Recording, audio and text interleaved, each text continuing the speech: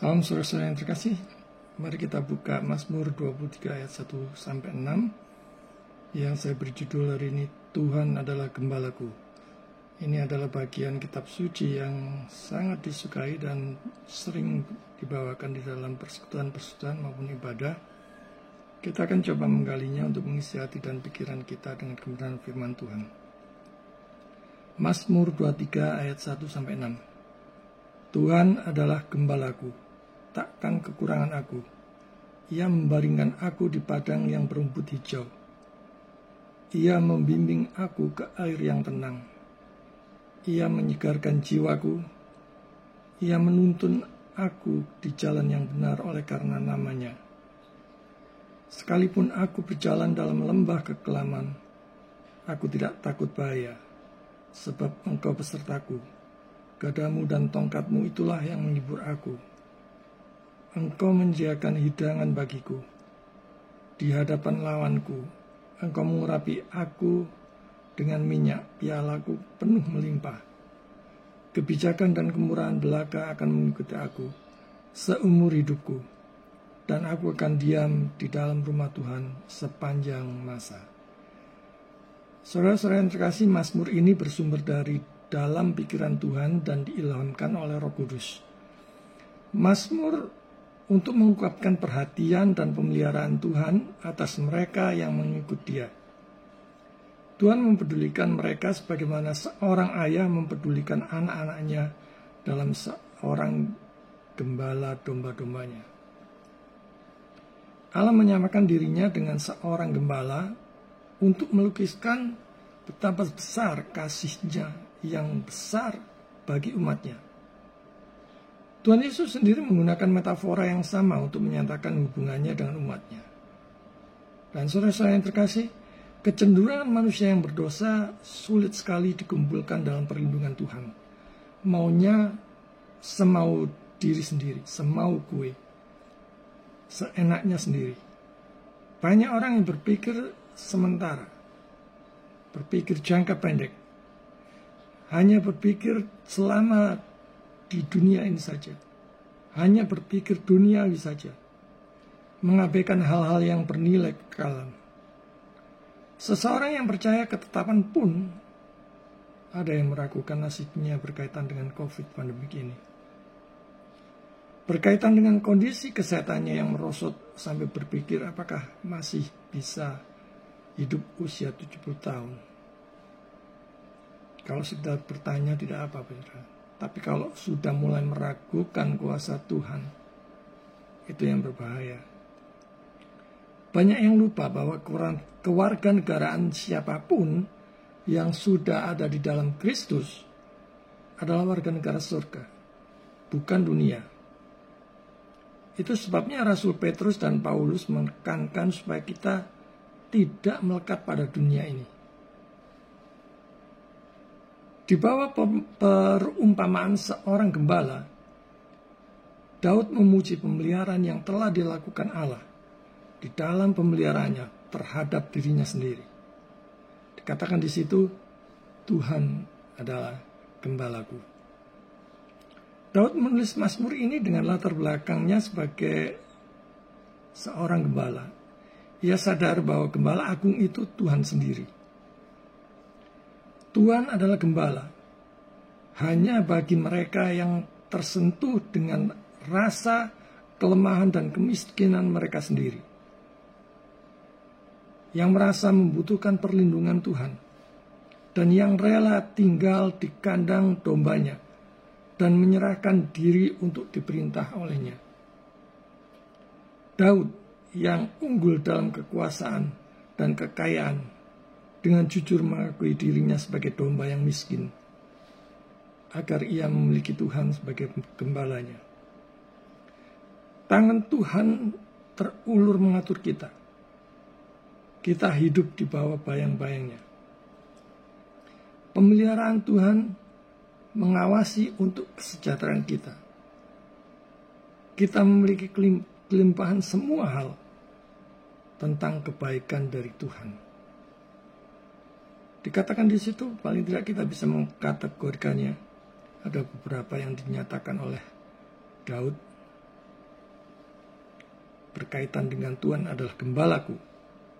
Takkan kekurangan aku. Membaringkan di padang yang berumput hijau, membimbing ke air yang tenang, menyegarkan jiwa, menuntun di jalan yang benar. Saudara yang terkasih, kita berada dalam kenikmatan damai sejahtera dan kenyamanan di dalam Tuhan. Dan hanya ada di dalam Tuhan. Kemakmuran begitu memabukkan, menimbulkan keangkuhan yang membuat seseorang bisa bangkit melawan Tuhan. Dan hendaknya kita bisa menikmati dalam kelimpahan hal-hal yang baik dari Allah, menjaga diri dalam takut kepadanya, hidup dalam kerendahan hati dan kesederhanaan. Daud diangkat ke martabat kekuasaan yang berdaulat, dikelilingi dengan kemegahan, kekayaan, dan kehormatan, memiliki kelimpahan terbesar dalam hal-hal yang baik. Mari kita lihat satu persatu pernyataannya. Tak kekurangan aku. Saudara yang terkasih, hal yang ditakutkan oleh orang semasa hidupnya adalah kekurangan. Dan sisi lain, nafsunya diperparah oleh keinginan yang tak terbendung saat melebihi sewajarnya. John Owen mengatakan, "We cannot enjoy peace in this world unless we are ready to yield to the will of God in respect of death. Our times are in His hand, at His sovereign disposal. We must accept that as best." Jadi saudara-saudara, kita tidak dapat menikmati kedamaian di dunia ini kecuali kita siap untuk menyerah pada kehendak Tuhan sehubungan dengan kematian. Waktu kita ada di tangannya, di tangan kedaulatannya. Kita harus menerima itu sebagai yang terbaik. Semakin kita mengeraskan hati, semakin kita menolak campur tangan Tuhan, maka kita akan semakin dalam kesulitan besar. Tuhan tidak kurang memperhatikan dia daripada seorang gembala terhadap domba-dombanya. Bersyukurlah untuk kasih sayang Allah yang luar biasa kuat terhadap kita. Tuhan menjamin memperhitungkan kita di antara jumlah kawanannya yang dipeliharanya. Pemeliharanya saja sudah cukup untuk menyediakan semua kebutuhan kita. Ingat saudara-saudara, Dia Maha Kuasa, Dia Maha Tahu. Jadi tidak ada yang perlu lagi kita takutkan, kita cemaskan, kita khawatirkan. Dan di sini Daud tidak dibutakan oleh kekayaan. Di situ dikatakan membaringkan di padang yang berumput hijau. Dia membaringkan aku di padang rumput. Jadi kalau kita lihat dalam bahasa Ibraninya, padang rumput itu atau ladang rumput itu adalah tanah yang berumput dan kaya. Padang rumput menjadikannya sebagai tempat tidur atau sebagai suatu pondok gembala. Maksud pemazmur adalah bahwa dipan domba disiapkan di padang rumput yang subur, yang terlindung dari panasnya matahari.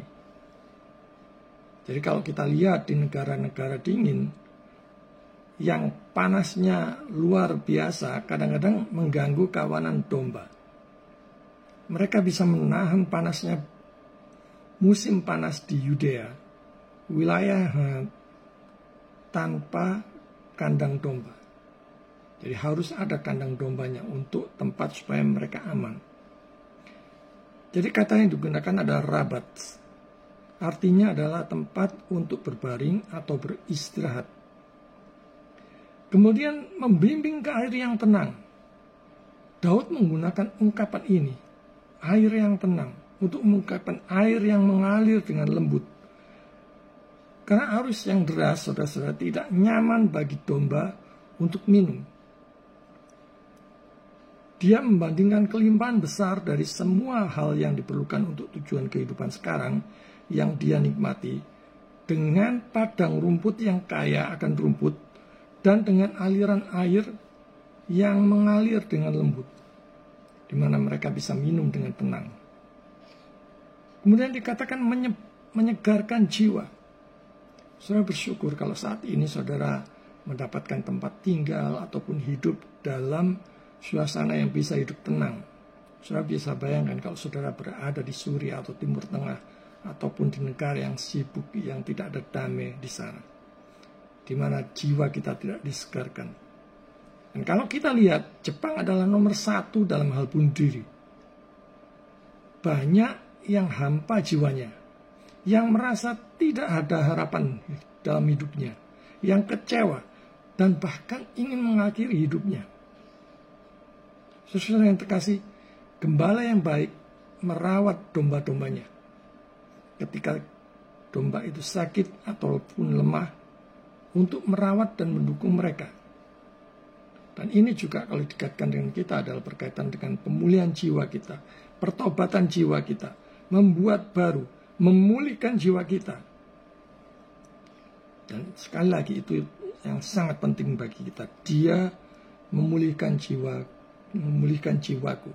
Secara pribadi kita mengakui bahwa Juru Selamat memulihkan jiwa kita. Kewajiban seorang gembala yang baik adalah merawat domba-dombanya. Dan ketika domba-domba itu sakit ataupun lemah, maka akan dirawat supaya mereka tetap bisa terpelihara. Dia menopang mereka dengan kekuatannya, menyegarkan dan menghidupkan mereka, dan menghindari dari mereka apapun yang menyakitkan, agar mereka dapat berjalan dengan tenang di jalan yang lurus. Jadi Daud mewakili kebaikan Tuhan sebagai penyebab kemurahan hati yang begitu besar, menyatakan bahwa Tuhan menganugerahkan semua hal ini kepadanya demi namanya sendiri. Jadi kalau saudara mengalami kenikmatan apapun yang saudara bisa nikmati, ingatlah bahwa itu semua disediakan oleh Tuhan. Dia memilih kita untuk menjadi dombanya. Terhadap kita semua, jabatan seorang gembala adalah berkat yang sepenuhnya berasal dari kebaikan Tuhan yang bebas dan berdaulat.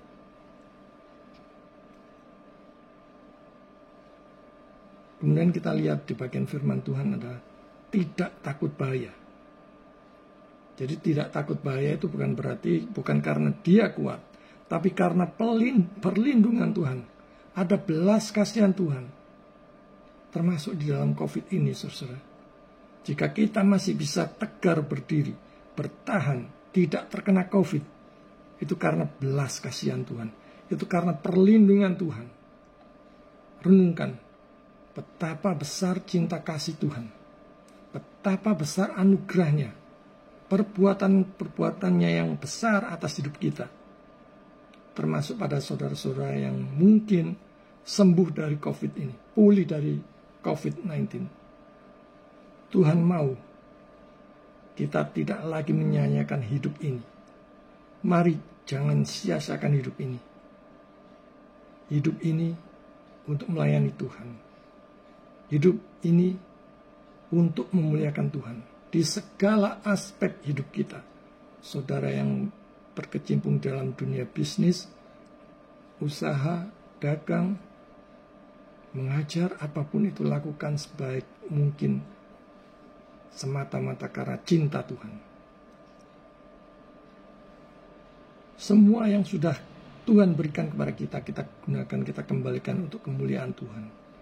Apa yang ada pada kita, itu yang kita gunakan.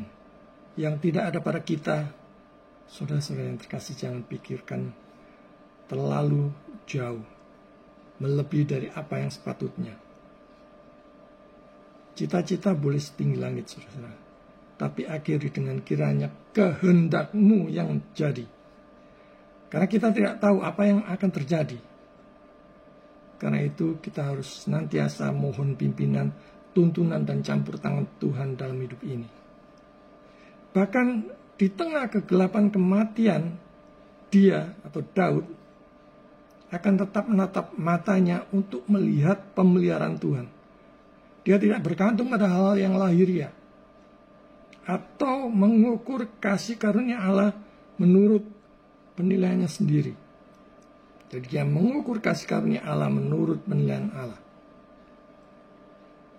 Meskipun aku harus berjalan, katakan di situ. Orang-orang percaya sejati, meskipun mereka tinggal dengan aman di bawah perlindungan Tuhan, mereka masih akan bisa menghadapi banyak bahaya. Mereka mempunyai tanggung jawab atas semua penderitaan yang menimpa umat manusia secara umum, agar mereka lebih dapat merasakan betapa mereka membutuhkan perlindungan dari Tuhan. Saudara tidak akan membutuhkan Tuhan kalau saudara tidak pernah sakit, tidak pernah mengalami pergumulan, kesulitan, dan sebagainya, atau jauh dari ancaman mara bahaya. Tapi kalau saudara membutuhkan perlindungan dari Tuhan, maka saudara merasakan cinta kasih Tuhan yang begitu luar biasa. Kalau semua itu boleh terjadi atas diri kita. Jika ada kemalangan yang menimpanya, dia akan bersandar pada pemeliharaan Allah. Dan ini yang penting. Kita hanya boleh bersandar dan berharap hanya kepada Allah. Dia membentengi dirinya dengan bantuan Tuhan, dengan berani untuk menanggung berbagai malapetaka yang mungkin menimpanya. Di sini Daud membuat suatu kiasan tentang lembah yang gelap atau sarang binatang buas, di mana ketika seseorang mendekat, dia tiba-tiba ditangkap di pintu masuk pertamanya dengan ketakutan dan kengerian akan kematian. Dan kita pun bisa menghadapi yang demikian kapan saja. Tetapi ingat, Tuhan senantiasa beserta dan melindungi kita. Allah dalam pribadi putra tunggalnya telah menunjukkan dirinya kepada kita sebagai gembala kita, jauh lebih jelas daripada yang dia lakukan di masa lalu kepada para bapa yang hidup di bawah hukum Taurat. Mari kita berikan penghormatan yang cukup atas perlindungannya. Mengangkat mata kita, melihatnya, dan menjaganya tetap tertuju padanya. Tetap tertuju pada Tuhan. Kalau kita melihat kasih-Nya, maka pandanglah salib. Jangan saudara hanya memandang yang enak-enak saja, memandang berkat-berkat yang mujizat-mujizatnya, memandang kesembuhan-kesembuhannya, tetapi pandanglah salib Tuhan. Maka saudara akan merasakan cinta kasih yang luar biasa dari Tuhan. Injak semua ketakutan dan teror di bawah kaki kita. Dia pemelihara kita. Dia Maha Kuasa. Maka kita tidak perlu lagi takut ataupun cemas. Bagaikan seekor domba ketika mengembara naik turun melalui lembah yang gelap, dilindungi dari serangan binatang buas dan dari bahaya. Dia akan pergi tanpa perasaan takut, kemanapun gembalanya membimbingnya. Dan secara pribadi kita pun juga demikian, saudara. Gambaran pentungan dan tongkat untuk melindungi diri dan mengusir binatang yang buas. Jadi ada pentungan, ada tongkat. Tongkat para penggembala domba itu ada pelengkungan gitu ya, untuk menarik lehernya supaya tidak terjatuh ataupun terperosok ataupun kembali ke tempatnya. Nah, pentungan fungsinya untuk mengusir serigala, binatang-binatang buas yang bisa mengancam domba-dombanya. Jadi saudara-saudara, setiap proses kesukaran untuk membuat kita dombanya ini makin dekat kepada Tuhan.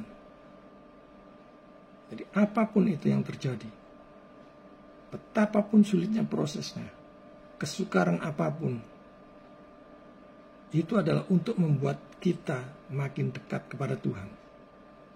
Dan pemazmur menyatakan, aku akan berdiam di rumah Tuhan. Kita lihat lagi di sini, menyediakan hidangan di hadapan lawan. Waduh, ini luar biasa ya. Kalau menyediakan hidangan untuk kita sendiri sehari-hari mungkin itu sudah biasa. Tapi ini di hadapan lawan. Daud mengingat kondisinya saat itu yang banyak yang menginginkan nyawanya, terancam nyawanya. Banyak yang ingin membunuhnya, menyingkirkannya, mengingat pribadinya yang membahayakan bagi lawannya. Daud menyatakan tentang kemurahan Tuhan dengan perumpamaan seorang gembala. Engkau menyiapkan di hadapanku, menyatakan bahwa Tuhan memberinya rezeki, berkat, tanpa kesulitan ataupun kesukaran apapun, sekalipun itu dihadang oleh berbagai pihak. Dan ingat, selalu ingat, bahwa Allah yang kita sembah adalah Maha segalanya. Ketika kita bisa makan enak dan tenang di hadapan lawan kita, itu menunjukkan betapa besar kasih dan kemurahan Allah atas kita yang berdosa ini, yang semestinya juga dihukum jika tidak mempunyai juru selamat. Bayangkan, saudara makan di restoran mewah dengan makanan yang tersaji begitu lengkap, begitu nikmat, di meja, di depan gangster tanpa ada rasa takut ataupun cemas. Sungguh betapa besar cinta kasih Tuhan. Menuntun ke jalan yang benar. Kita bersyukur karena ada Roh Kudus yang memimpin, membimbing, mengarahkan, dan menuntun setiap langkah kita. Dan yang dimaksud dengan jalan kebenaran adalah jalan yang mudah dan lurus, yang merujuk pada arahan Roh Kudus, yang dengan murah hati Allah membekalinya dengan semua yang diperlukan untuk pemeliharaan kehidupan yang sekarang. Kemudian juga dikatakan di situ, mengurapi kepalaku dengan minyak. Harumnya luar biasa ya. Ini berarti memberi kemuliaan. Kemuliaan yang sejati hanya di dalam Yesus. Karena dia maha mulia.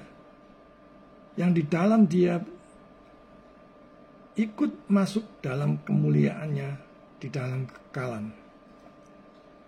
Minyak, saudara, kalau kita bicara tentang minyak, ini mengacu pada kebiasaan yang kemudian berlaku di masa itu, di masa lalu.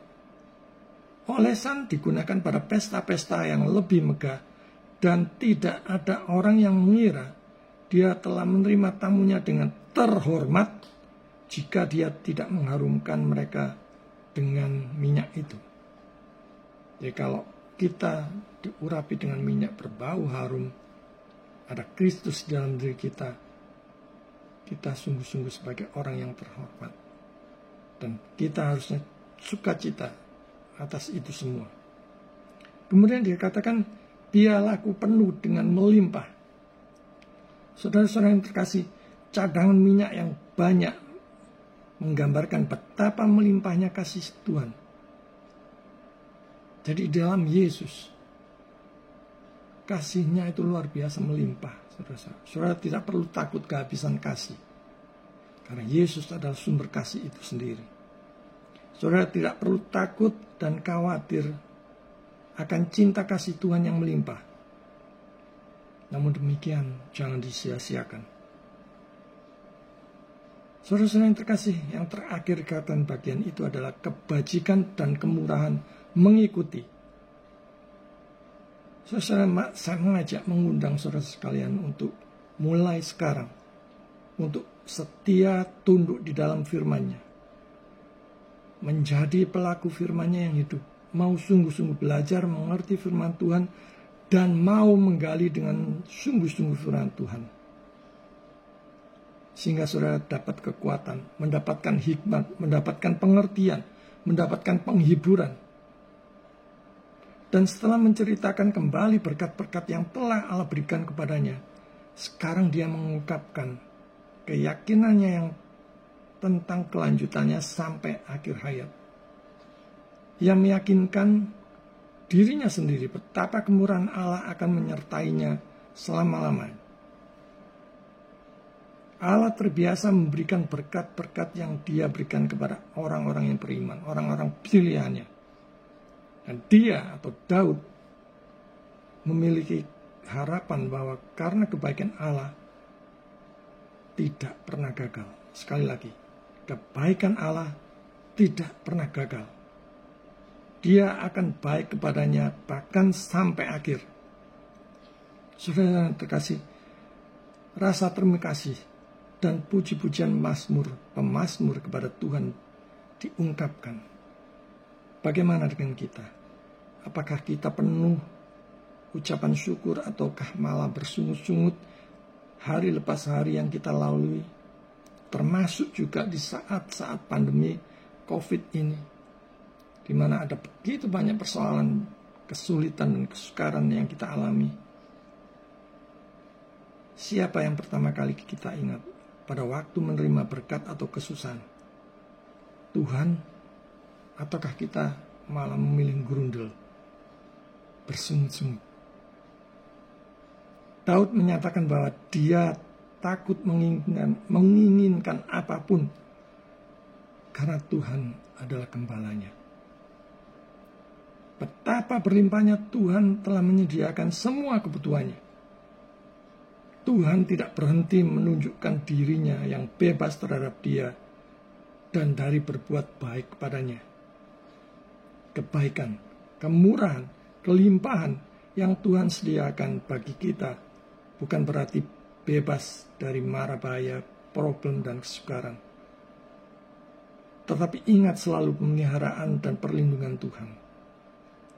Maka kita akan mengucap syukur senantiasa. Dan kita aman bersama Juru Selamat kita, Gembala yang agung itu. Tuhan menyertai kita sekalian selama-lamanya. Amin.